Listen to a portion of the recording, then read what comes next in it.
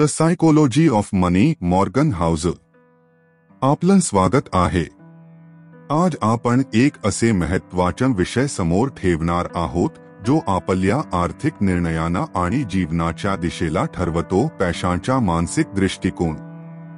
ही पुस्तक the psychology of money जी Morgan Housel यांनी लिहिली आहे ती आपल्याला सांगते की पैसे कसे समजले जातात, फक्त गणित किंवा विश्लेषणाच्या पातळीवर नाही तर आपल्या वर्तन, विचारधारा आणि जीवनातील अनुभवांशीही ते जोडलेले असतात. तुम्हाला असं वाटतं का की संपत्ती किंवा धन हे फक्त मेहनत किंवा योग्य गुंतवणुकीमुळे मिळता येतं, की त्यामागे एक गहरी मानसिकता आहे जी आपल्याला विचार करण्याची, कृत्य करण्याची आणि निर्णय घेण्याची पद्धत ठरवते?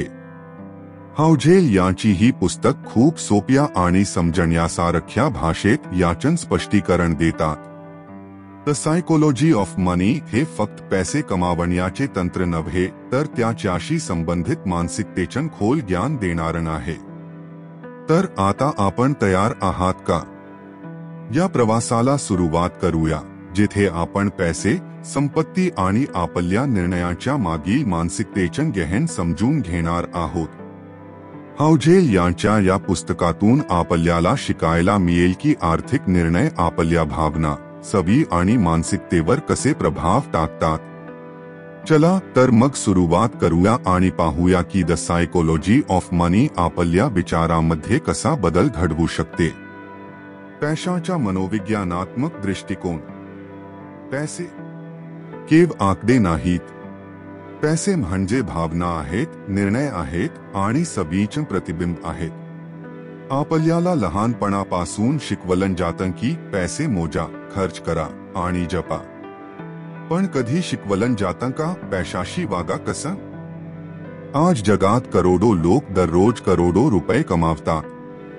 पण त्यातले किती जण शांतीने झोपतात? किती जणांना उद्याची चिंता वाटत नाही? आणि किती जण संपत्ती असूनही स्वतःला श्रीमंत म्हणवू शकतात? कारण पैसा हा केवळ गणिताचा खेळ नाही, तो आहे वर्तनाचा आरसा. आपण पैशाकडे कसं पाहतो हेच ठरवतं आपलं आर्थिक भविष्य.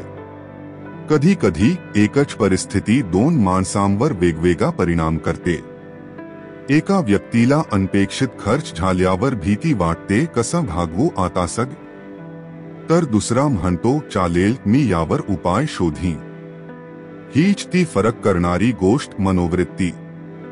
खरी संपत्ती ही फक्त बँक खात्यात नसते, ती असते आपल्या विचारांमध्ये, आपल्या दृष्टिकोनात आणि आपण घेतलेल्या छोट्या छोट्या निर्णयामध्ये.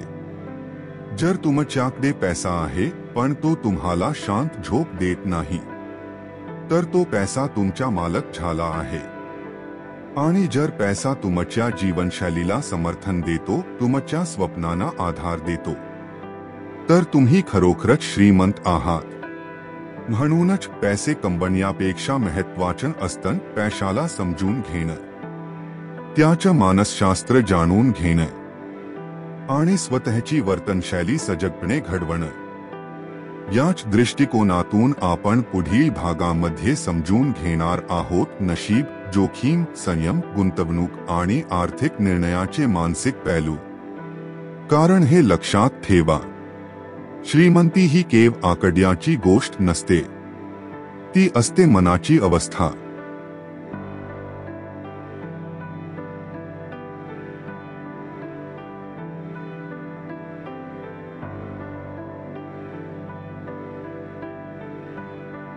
नशीब आणि जोखीम. आपण कितीही मेहनतीने काम केलं, कितीही शहाणपणाने निर्णय घेतले, तरीही यश मिळेलच असं नाही. कारण यशाच्या प्रवासात दोन अदृश्य पण अत्यंत शक्तिशाली घटक असतात, नशीब आणि जोखीम.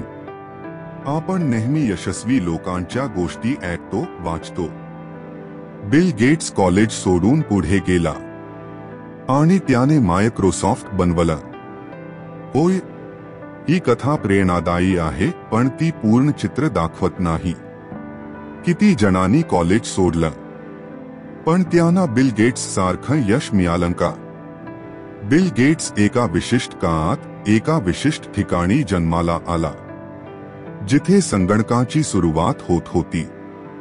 त्याला लवकर संगणक वापरण्याची संधी मिळाली जी त्या काळात अगदी मोजक्याना मिळत होती. ही संधी म्हणजेच नशीब. दुसरीकडे लॉटरी विजेत्याचं उदाहरण घ्या. एका रात्रीत कोट्यधीश होतात, पण काही वर्षांत त्याचं सग संपतं. का? कारण पैसा मिळाला पण जोखीम कशी हाताळायची हे समजलं नाही. यातून एक महत्त्वाचा धडा मिळतो. यश हे केवळ मेहनतीचं नाही तर योग्य वेळी आलेल्या संधी आणि त्या संधींना ओळखून केलेल्या निर्णयाचं मिश्रण असतं. जोखीम ही प्रत्येक मोठ्या निर्णयामागे असते. गुंतवणूक करताना, नोकरी सोडताना, व्यवसाय सुरू करताना. पण हाच धोका तुम्ही समजून घेतला आणि योग्य वेळी योग्य निर्णय घेतला तर तेच यशाचं कारण ठरतं. त्यामुळे जर तुम्ही यशस्वी असाल तर नम्र व्हा, कारण त्यात नशिबाचा हात आहे.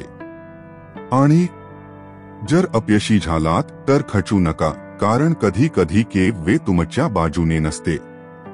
यश म्हणजे एक सूत्र नाही, ती एक शक्यता आहे. आणि या शक्यतेला आकार देतो तुमचा दृष्टिकोन, जो नशीब आणि जोखीम या दोघांनाही समजून घेतो, स्वीकारतो आणि त्याच्यावर मात करतो.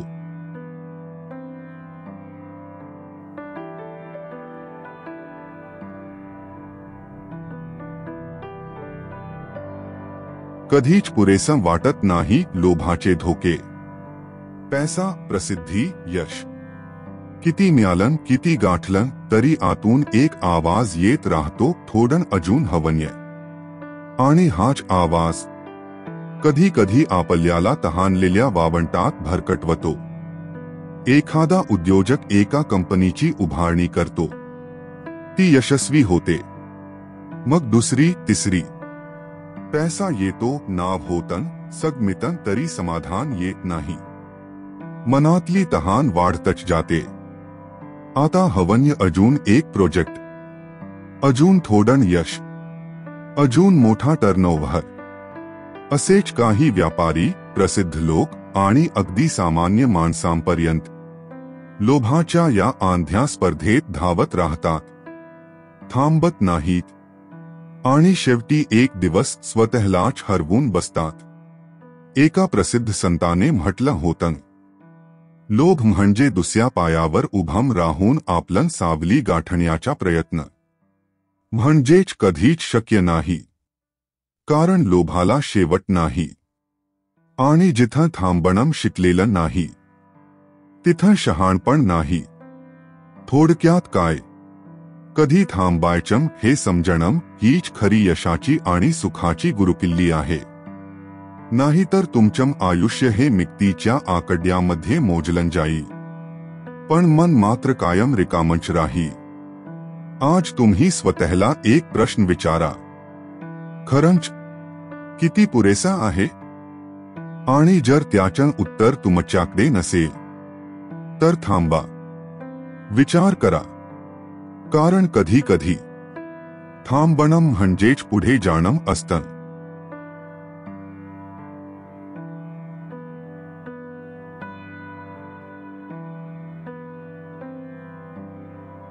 नक्कीच.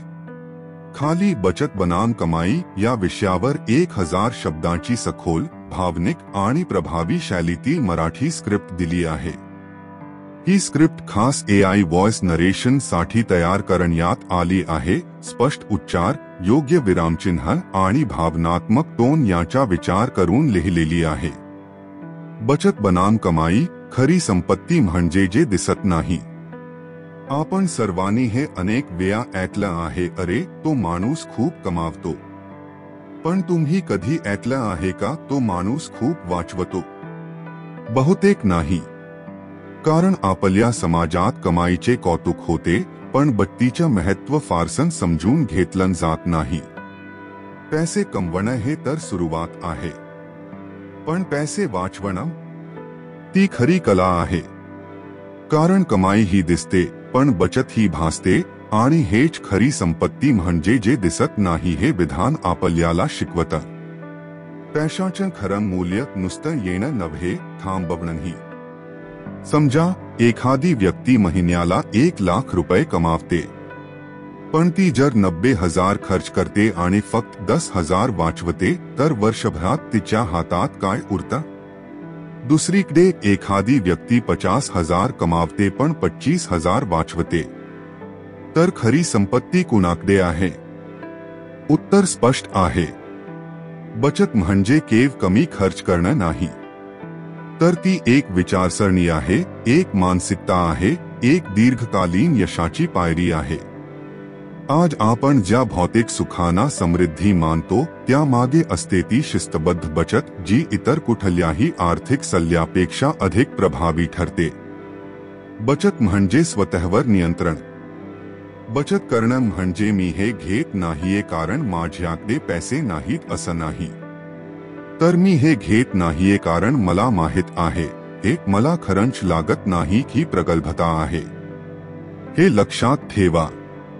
Savings is the silent applause of wisdom. अगदी शांतपणे, कुणालाही न सांगता तुमचं भविष्य तुमचं कौतुक करत असतं. जर तुम्ही आज बचत करत असाल तर उद्या तुमचं भविष्य तुमचं आभार मानणार आहे. बचतीचं मनोविज्ञान, सवय की संस्कार. लहानपणी आपल्याला गुलकंद, छोटं 100चं पाकीट आणि दिवसाच्या शेवटी उरलेले पैसे वाचवणं शिकवलं जायचं. त्यावेळेस ते खे वाटायचं, पण खरं तर ते आर्थिक आत्मशिस्तीचे बीज होतं. आज आपण आधुनिक जगात वावरतो. क्रेडिट कार्ड, EMI, पेलेटर सुविधांनी खर्च करणं खूप सोपं केलंय, पण वाचवणं अजूनही तितकंच कठीण आहे. कारण खर्च करणं हे क्षणिक समाधान देतं, पण बचत करणं दीर्घकाळचं सुख देतं. जास्त कमवा वर्सेस शहाणपणानं वाचा. हो, जास्त कमावणं चांगलं आहे, पण फक्त कमाई वाढवून उपयोग नाही.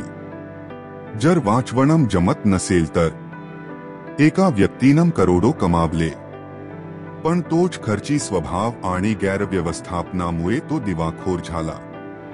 दुसऱ्या व्यक्तीनं लाखात कमावलं, पण तो काळजीपूर्वक वागला. काटकसर गुंतवणूक आणि संयम यामुळे त्यानं आपलं आयुष्य सुरक्षित केलं. पैसे कसे कमवायचे यावर भर असतो, पण कसे वापरायचे यावर फारसं शिक्षण दिलं जात नाही. याचं उत्तर आहे बचत. बचत म्हणजे आत्मनिर्भरता, सुरक्षितता आणि शांतता. आजच्या अस्थिर आर्थिक परिस्थितीत कुठलंही काम, कुठलीही कमाई शाश्वत नाही. पण जर तुमच्याकडे शिस्तबद्ध बचत असेल तर तुम्हाला काळजी नाही लागणार, कारण तुमच्याकडे बॅकअप आहे. बचत म्हणजे नुसते पैसे उरवणं नाही, ती एक भावना आहे. आपल्याला काही झालं तरी आपण स्वतःवर विश्वास ठेवू शकतो. बचतीतूनच गुंतवणूक निर्माण होते. बचत हे पहिलं पाऊल आहे. पुढचं पाऊल म्हणजे गुंतवणूक. म्हणजे तुम्ही झोपलात तरी पैसा तुमच्यासाठी काम करत राहतो. पण हे सग कशामुळे शक्य होतं? शिस्तबद्ध, सातत्यपूर्ण बचतीमुळे. बचतीची सुरुवात कुठून करायची? खर्चाच्या प्रत्येक बाबीकडे संवेदनशीलपणे पहा. गरज आणि हौस यामधला फरक समजा. महिन्याच्या सुरुवातीलाच बचतीचं लक्ष्य ठरवा. गुंतवणुकीसाठी एक विशिष्ट टक्का बाजूला काढा. आणि सर्वात महत्त्वाचं, स्वतःच्या निर्णयावर विश्वास ठेवा. समारोप, संपत्तीचा खरा चेहरा. श्रीमंती म्हणजे महागड्या कार्स, मोठे बंगले किंवा आलिशान कपडे नाही. खरी संपत्ती म्हणजे तुमच्या मनाची शांती, तुमचं आर्थिक स्वातंत्र्य आणि तुमचं भविष्य सुरक्षित असणं. कमाई ही गर्दीत हरवते, पण बचत ही व्यक्तिमत्व घडवते. आजचा क्षणिक आनंद बाजूला ठेवा. उद्याचं निश्चिंत आयुष्य तुमची वाट पाहतंय. स्मरण ठेवा, कमाई तुमचं आज ठरवतं, पण बचत तुमचं उद्याचं भविष्य घडवतं. जर तुम्हाला याचं video script, breakup, voice over notes किंवा यावर आधारित भागामध्ये मालिका तयार करायची असेल तर सांगाच, मी लगेच मदतीला तयार आहे. संपत्तीचा जादुई घटक. आपण नेहमीच विचार करतो की अधिक पैसे कमावणं म्हणजेच अधिक श्रीमंत होणं. पण खरंतर संपत्तीची खरी गुरुकिल्ली इतर कुठेही नसते. ती वेळेच्या योग्य वापरात असते. होय, वेळ ही एक अशी अमूल्य गोष्ट आहे जी आपल्याला कुठल्याही महागड्या इन्व्हेस्टमेंट ॲडव्हायझरकडून मिळत नाही, पण तिचा योग्य वापर केल्यास ती आपल्यासाठी संपत्तीच्या वाटा उघडते. द सायकोलॉजी ऑफ मनी या जागतिक दर्जाच्या पुस्तकामध्ये लेखक मॉर्गन हाउसल एक गोष्ट ठामपणे सांगतात: पैसे कमावणं, वाचवणं आणि गुंतवणूक करणे ही शिस्त आहे, पण ही शिस्त वेळ या घटकाच्या सहाय्याने जादू करत असते. आपण किती पैसे कमावतो यापेक्षा आपण किती वेळपर्यंत संयम ठेवतो आणि गुंतवणूक टिकवून ठेवतो यावर आपल्या संपत्तीचा आलेख अवलंबून असतो. चला एक उदाहरण घेऊया. वॉरन बफेट या नावाने आपण सर्वजण परिचित आहोत. जगातील सर्वात श्रीमंत गुंतवणूकदारांपैकी एक. पण त्याची खरी यशाची रहस्य काय आहे? त्याच्याकडील शेअर्सची बुद्धी नाही, तर वेळ. वॉरेन बफे यांनी केवळ चांगली गुंतवणूक केली नाही, तर ती वर्षानुवर्षं टिकवून ठेवली. त्यांनी 11व्या वर्षी गुंतवणूक सुरू केली आणि 90च्या दशकात सुद्धा त्याच गुंतवणुकीवर विश्रांती घेतली नाही. त्यांनी वेळेला आपल्या बाजूने काम करू दिलं. आपल्याकडे एक मोठा गैरसमज आहे की संपत्ती फक्त प्रचंड कमाईतून मिळते. पण मुळात संपत्ती ही साठवलेल्या, वाढवलेल्या आणि टिकवलेल्या पैशातून तयार होते. आणि त्यासाठी वेळ ही जादू करते.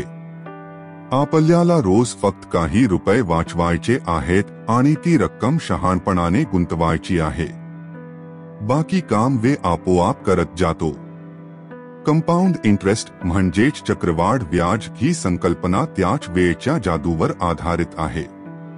एक छोटीशी रक्कम देखील जर वेळेवर आणि संयमाने गुंतवली तर भविष्यात मोठ्या संपत्तीमध्ये रूपांतर होऊ शकते. आजच्या घाईच्या जगात लोक लगेचच फायदा पाहू इच्छितात. आज गुंतवा आणि उद्याच दुबईला जा, अशी मानसिकता सोशल मीडियामुळे अधिक बावते आहे. पण खरी श्रीमंती ही त्या व्यक्तीकडे जाते ज्याच्याकडे धैर्य, संयम आणि दीर्घकालीन दृष्टिकोन असतो. कारण शॉर्टकट हा शब्द गुंतवणुकीच्या शब्दकोशात नसतो. म्हणूनच धैर्य म्हणजे संपत्तीची खरी गुंतवणूक. जेव्हा बाजार खाली जातो तेव्हा घाबरून शेअर्स विकणं सोपं वाटतं. पण खरंतर तोच वेळ असतो जेव्हा वेळ तुमच्या बाजूने काम करत असतो. तुम्ही जर त्या वादातही थांबला तर पुढचं आकाश तुमचंच असतं. वेळेचं एक वैशिष्ट्य असं आहे की ती सर्वांसाठी समान आहे, श्रीमंतासाठी आणि सामान्य माणसासाठी सुद्धा. पण तिचा वापर कोण कसा करतो हे ठरवतं कोण श्रीमंत होणार आणि कोण गरिबीच्या चक्रात अडकणार. जर तुम्ही दर महिन्याला फक्त 500 रुपये सुद्धा वाचवून 12% व्याजदराने 30 वर्षे गुंतवणूक केली तर ती रक्कम 17 रुपये लाखांहून अधिक होऊ शकते. कल्पना करा, फक्त वेळ आणि संयमामुळे 500 रुपयाचे लाखो रुपये होतात. हीच वेळ आपल्याला संयम शिकवते, शहाणपण देतो आणि वर्तन बदलतो.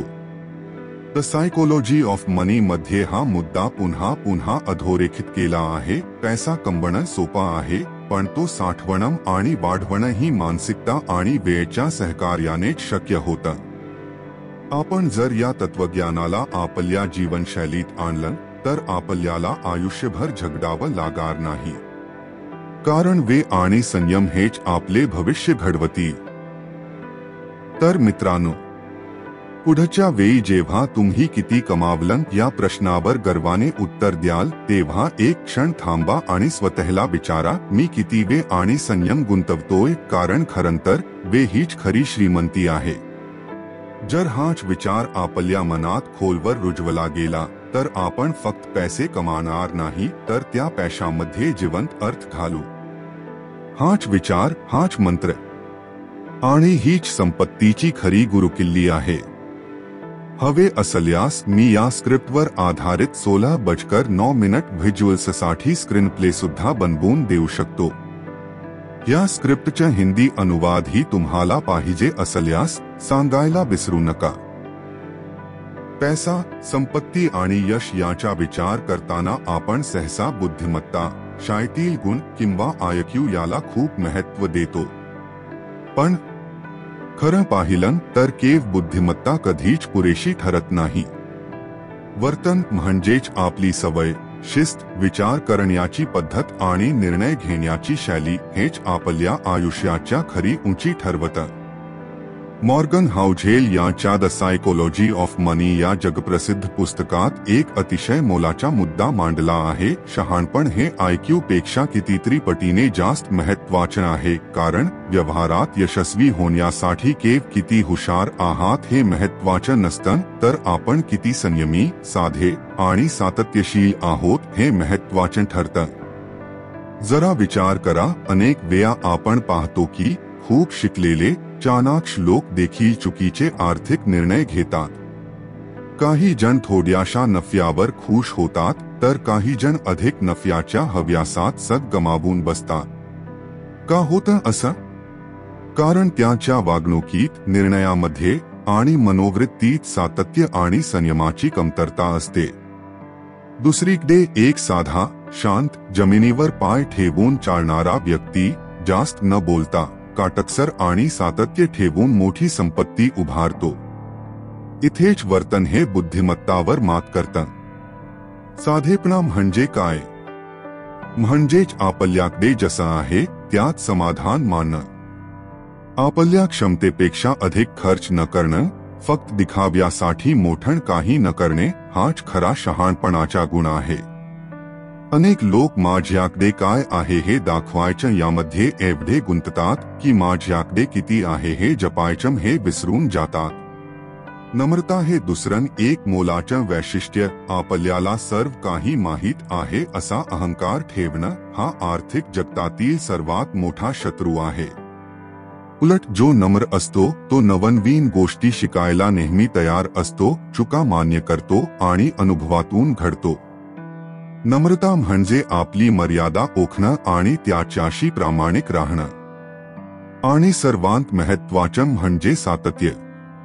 रोजच्या थोडं प्रयत्न करणं, कंटाळा न करता, अपयश आलं तरी मार्ग बदलत न बसता स्थिरपणे पुढे जाणं हाच मोठ्या यशाचा मूलमंत्र आहे.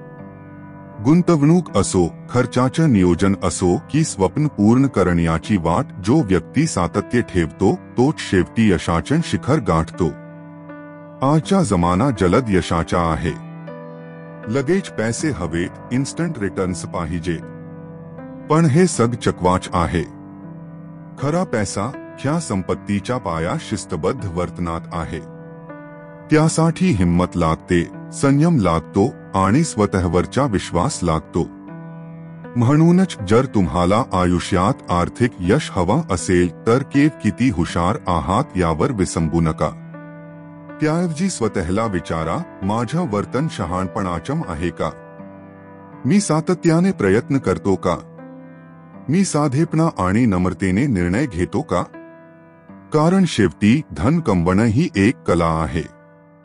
पण ती जपणं, वाढवणं आणि योग्य वेळी योग्य ठिकाणी वापरणं हे शहाणपणातच शक्य होतं.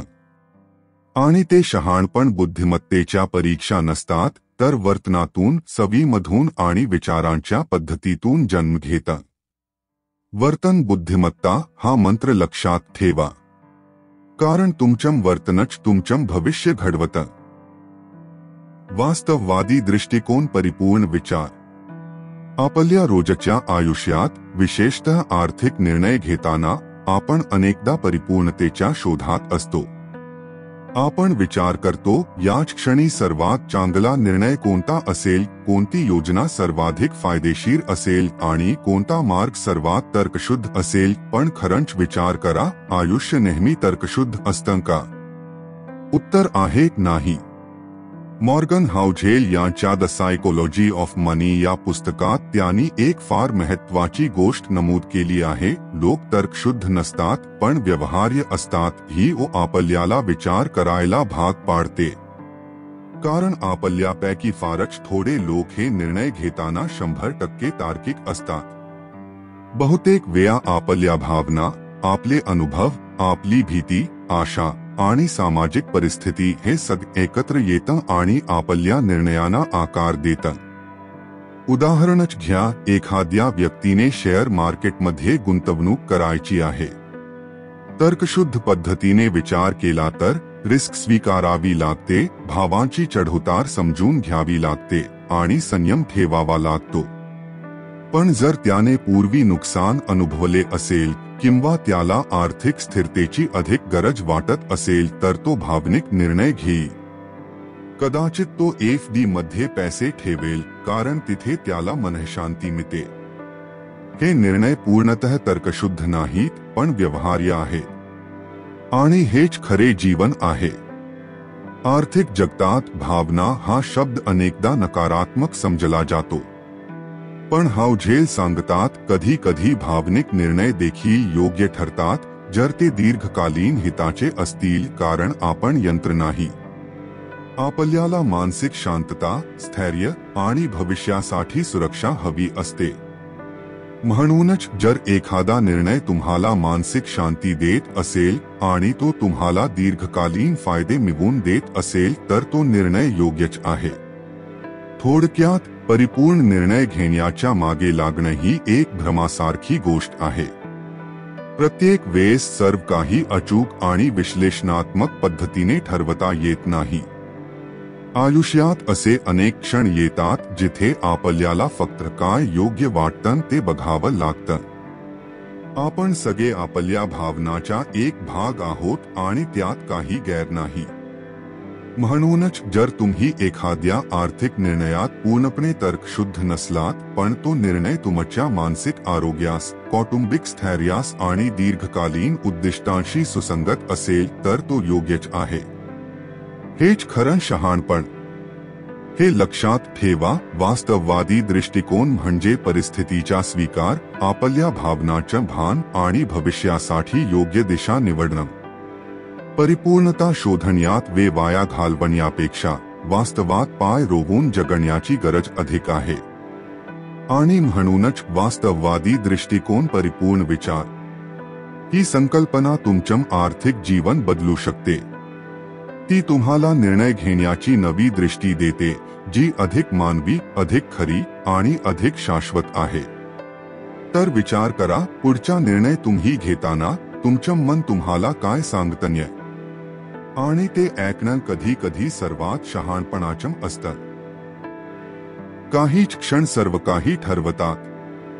होय, हे वाक्य ऐकताना जणू एखाद्या सिनेमातील संवाद वाटतो. पण जेव्हा आपण पैसा, गुंतवणूक आणि संपत्ती निर्मितीबद्दल बोलतो तेव्हा हे वाक्य 100% सत्य ठरते.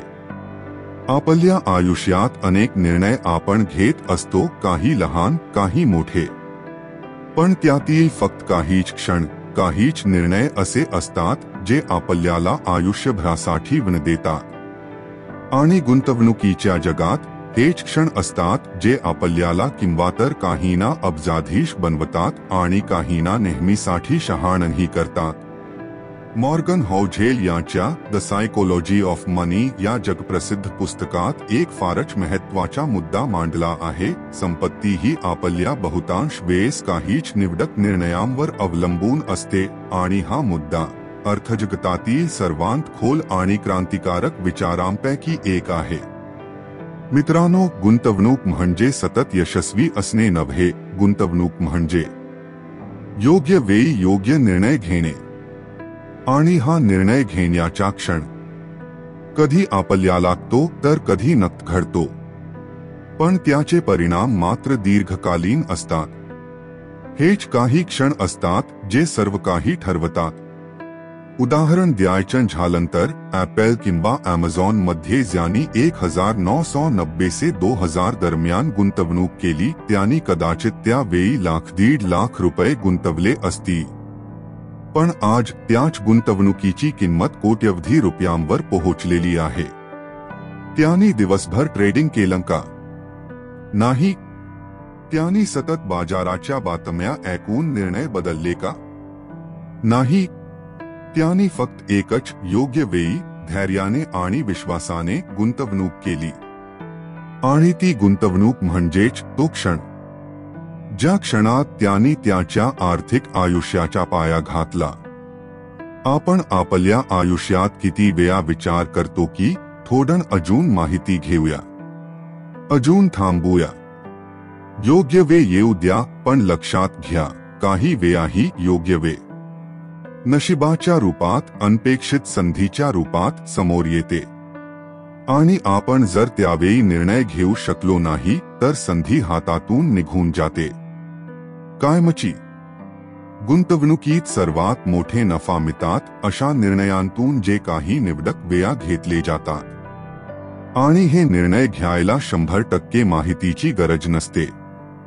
कधी कधी गरज असते ती अंतर्ज्ञानाची, दीर्घदृष्टीची आणि धैर्याची. मॉर्गन हौजेल उदाहरण देतात की वॉरेन बफे यांनी त्याचा बहुतांश पैसा त्याच्या आयुष्यातील 5 से 6 गुंतवणूक निर्णयामधून कमावला आहे. हो, फक्त 5 से 6 निर्णय. त्यांनी हजारो गुंतवणुका केल्या असतील, पण ह्या संपत्तीच्या काही निवडक कंपन्यांमध्ये असलेल्या दीर्घकालीन आणि विश्वासपूर्ण गुंतवणुकीत आहे. यालाच म्हणतात संपत्ती ही काही क्षणाची गोष्ट आहे. आपणही याचा विचार करायला हवा. आपल्याला प्रत्येक निर्णयात परिपूर्णता हवी असते का? की आपल्या आत असलेल्या विश्वासावरही आपण कधी निर्णय घेऊ शकतो? कारण संपत्तीची निर्मिती फक्त गणितावर चालत नाही, ती मानसिकतेवर चालते. कधी कधी बाजारात मोठी घसरण होते, सर्वजण भीतीने शेअर विकतात. पण तुम्ही जर त्या क्षणी शांत राहून बाजारात थोडी अतिरिक्त गुंतवणूक केली तर तीच वेळ पुढे तुमचं भविष्य घडवते. हे क्षणच ते असतात जे सर्व काही बदलतात. आणि म्हणूनच अशा क्षणामध्ये धैर्य, संयम आणि दीर्घकालीन दृष्टिकोन ठेवणं आवश्यक आहे. तुमच्या संपत्तीचा आलेख एका सररेषेसारखा कधीच नसतो. तो झिगझग असतो, कधी वर कधी खाली. पण कधीतरी तो एका उच्च बिंदूवर पोहोचतो जर तुम्ही वाटेत न ठेचाता, न थांबता चिकाटीने चालत राहिला आणि योग्य क्षण ओळखलात तर. म्हणूनच तुम्ही गुंतवणूक करत असाल तर प्रत्येक दिवशी परफेक्ट रिटर्न्स ची अपेक्षा ठेवू नका. उलट तुम्ही तुमच्या निर्णयामध्ये सातत्य ठेवा.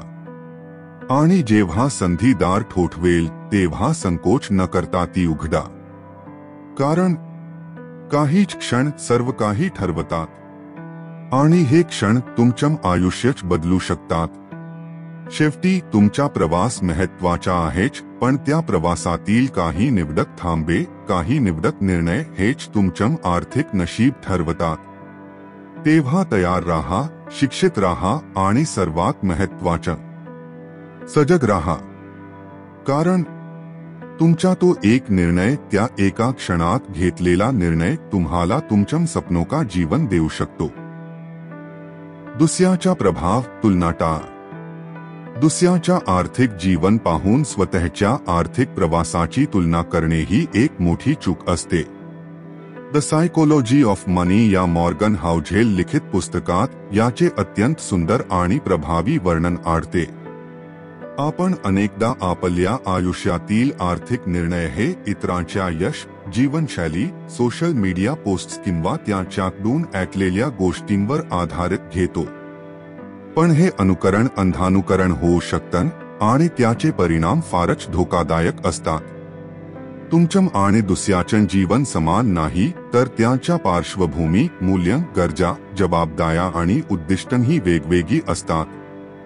म्हणूनच कोणत्याही व्यक्तीच्या आर्थिक निर्णयाची हुबेहूब नक्कल करणं म्हणजे स्वतःच्या गरजा आणि उद्दिष्टांकडे दुर्लक्ष करणं होय. उदा. जर एखाद्या मित्राने शेअर मार्केटमध्ये मोठी गुंतवणूक करून फायदा कमावला तर आपणही लगेच तसंच करणं म्हणजे धाडस नसून मूर्खपणा ठरतो.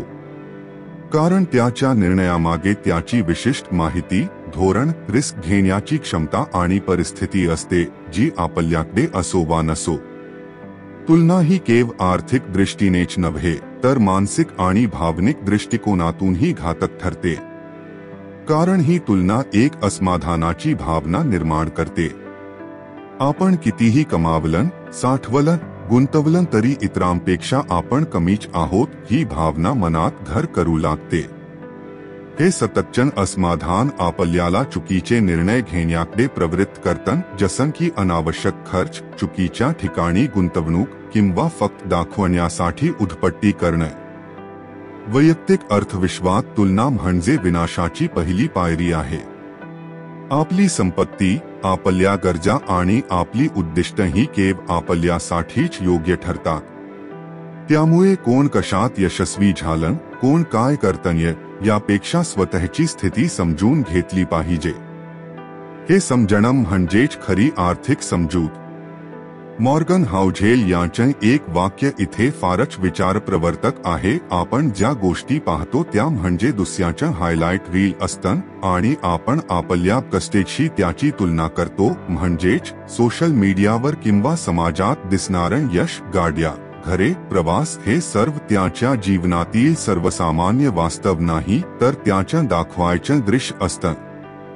आपण मात्र आपल्या आर्थिक संघर्षाची, कर्जाची, जबाबदाऱ्याची तुलना त्याच्या या सजवलेल्या चित्रांशी करतो आणि त्यामुळे स्वतःला अपयशी समजतो.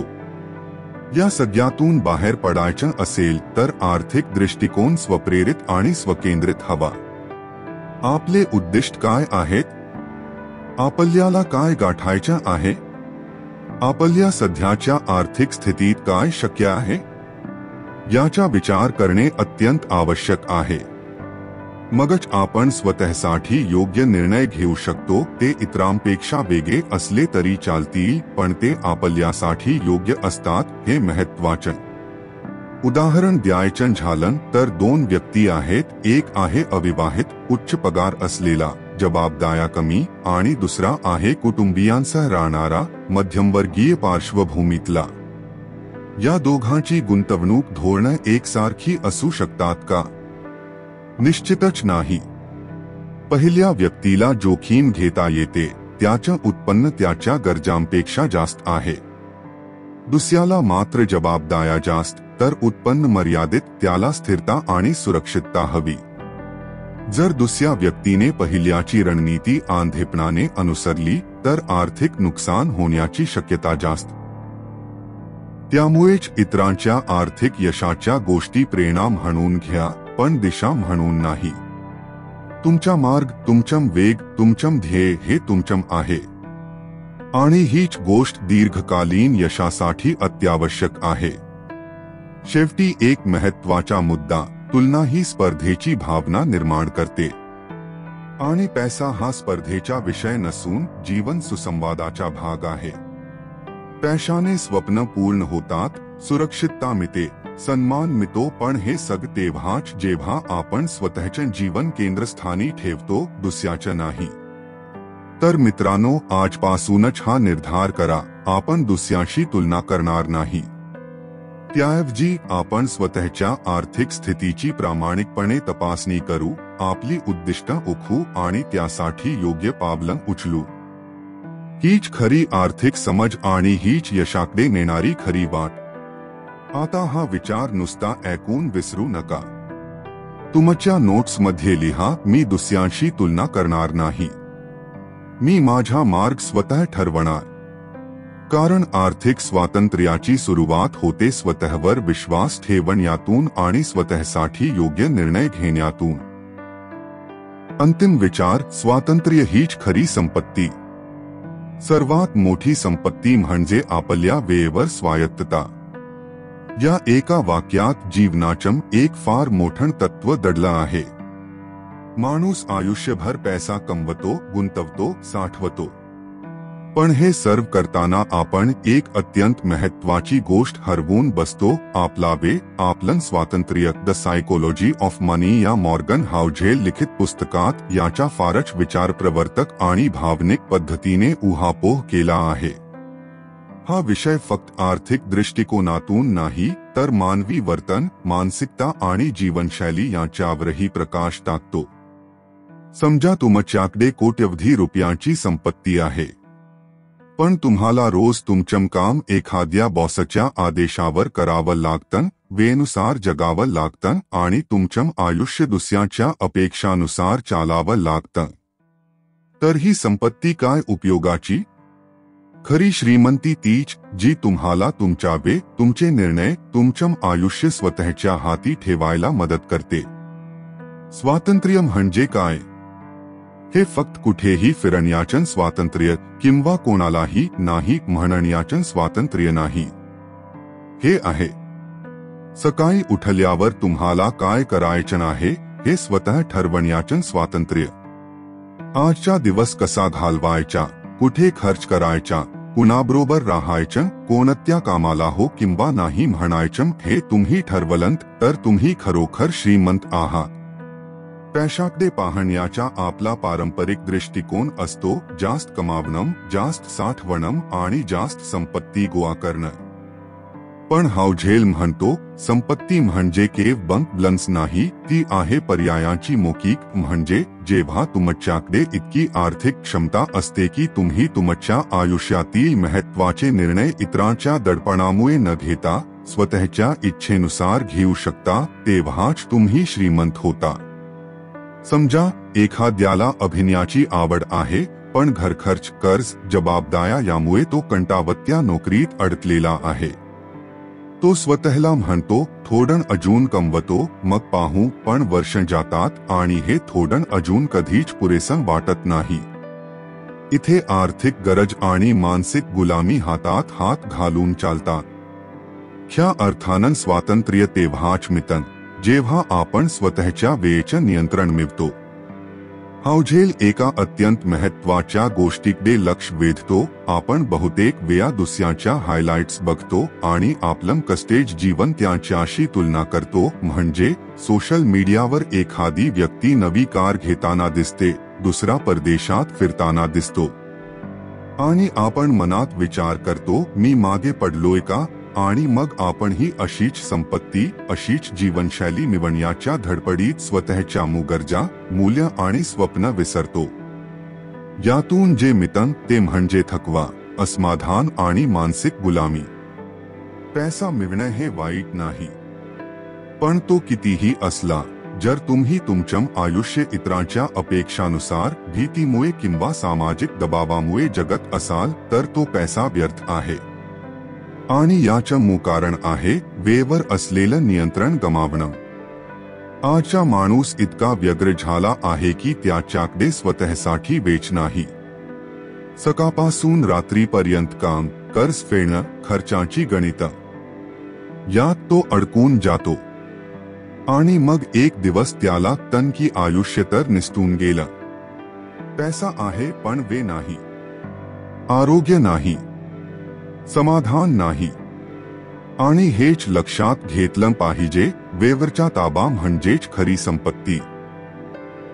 खूप लोक म्हणतात रिटायर झाल्यावर मी मस्त आयुष्य जगणार. पण प्रश्न आहे, तुम्ही रिटायर होईपर्यंत तुमचं मन, शरीर आणि स्वप्न तशीच असतील का? हावझेल म्हणतो पैसा हा साधन आहे, साध्य नाही. त्याचा उपयोग तुमचं आयुष्य अधिक स्वायत्त, आनंददायी आणि आशयपूर्ण बनवण्यासाठी करायचा आहे. पैसा हा गुलाम असावा, स्वामी नाही. म्हणूनच संपत्तीची खरी व्याख्या हीच असायला हवी, माझ्याकडे इतकी आर्थिक स्थिरता आहे की मी माझ्या वेळेचा उपयोग माझ्या मूल्यानुसार करू शकतो. हा विचार तुमच्या आर्थिक नियोजनाचा गाभा असायला हवा. फक्त बँक खात्यातील शून्यांवर लक्ष केंद्रित न करता तुमच्या स्वातंत्र्यावर लक्ष द्या. स्वातंत्र्याची सुरुवात होते नाही म्हणण्यापासून. नको त्या खर्चांना नाही, नको त्या जबाबदाऱ्यांना नाही आणि दुसऱ्याच्या अपेक्षानुसार जगण्याला नाही म्हणता आलं की आयुष्यच बदलतं. तेव्हा खरी गुंतवणूक ही आहे स्वतःच्या वेळेत, स्वतःच्या जीवनात आणि स्वतःच्या निर्णयक्षमतेत. स्वातंत्र्य म्हणजे फक्त आर्थिक नव्हे तर मानसिक, सामाजिक आणि वैयक्तिक स्वातंत्र्य आणि ह्या सर्व गोष्टींची सुरुवात होते आर्थिक समजूतदारपणापासून. म्हणजेच आपल्या उत्पन्नावर नियंत्रण मिळवणं, खर्चाचं शहाणपणानं नियोजन करणं, बचतीच्या सवय लावणं आणि सगळ्यात महत्त्वाचं इतरांशी तुलना न करता स्वतःचं जीवन ठरवणं. हाउजेल याचाच उल्लेख एका सुंदर वाक्यात करतो, rich is a current income, wealth is hidden, freedom is the ultimate. तुम्ही किती कमावता हे रिच असण्याचं मापदंड असू शकतं, पण वेल्थ, संपत्ती ही असते तुमच्या निर्णयामध्ये, पर्यायामध्ये आणि तुम्ही जसं जगायचं ठरवलं आहे त्यामध्ये. आणि या सर्वांच्या शेवटचा टप्पा आहे स्वातंत्र्य. हे सगळं ऐकून तुम्हाला विचार करावासा वाटतोय ना? माझं आयुष्य मी स्वतः ठरवत आहे का? माझ्या नियंत्रणात आहे का? जर उत्तर नाही असेल तर आजच सुरुवात करा आपल्या जीवनावर स्वामित्व मिळवण्यासाठी. एक वेळ अशी येईल ज्या दिवशी तुम्ही सकाळी उठून कुणाच्याही आदेशाशिवाय स्वतःच्या आवडीचं काम करता, तेव्हा तुम्हाला जाणवेल की तुम्ही खरंच श्रीमंत झाला आहात. तुम्ही पैसे कमावले आहेत, पण त्याचबरोबर वेळही कमावला आहे. आणि ही वेळ म्हणजे तुमचं स्वातंत्र्य आहे, आयुष्याचा खरा अर्थ, खरा आनंद आणि खरी संपत्ती. म्हणूनच या व्हिडिओच्या शेवट आपण एका निर्धारानं करूया. मी पैशासाठी नाही, माझ्या स्वातंत्र्यासाठी काम करणार आहे. मी वेळेवर नियंत्रण मिळवणार आहे, कारण स्वातंत्र्य हीच खरी संपत्ती आहे. धन्यवाद.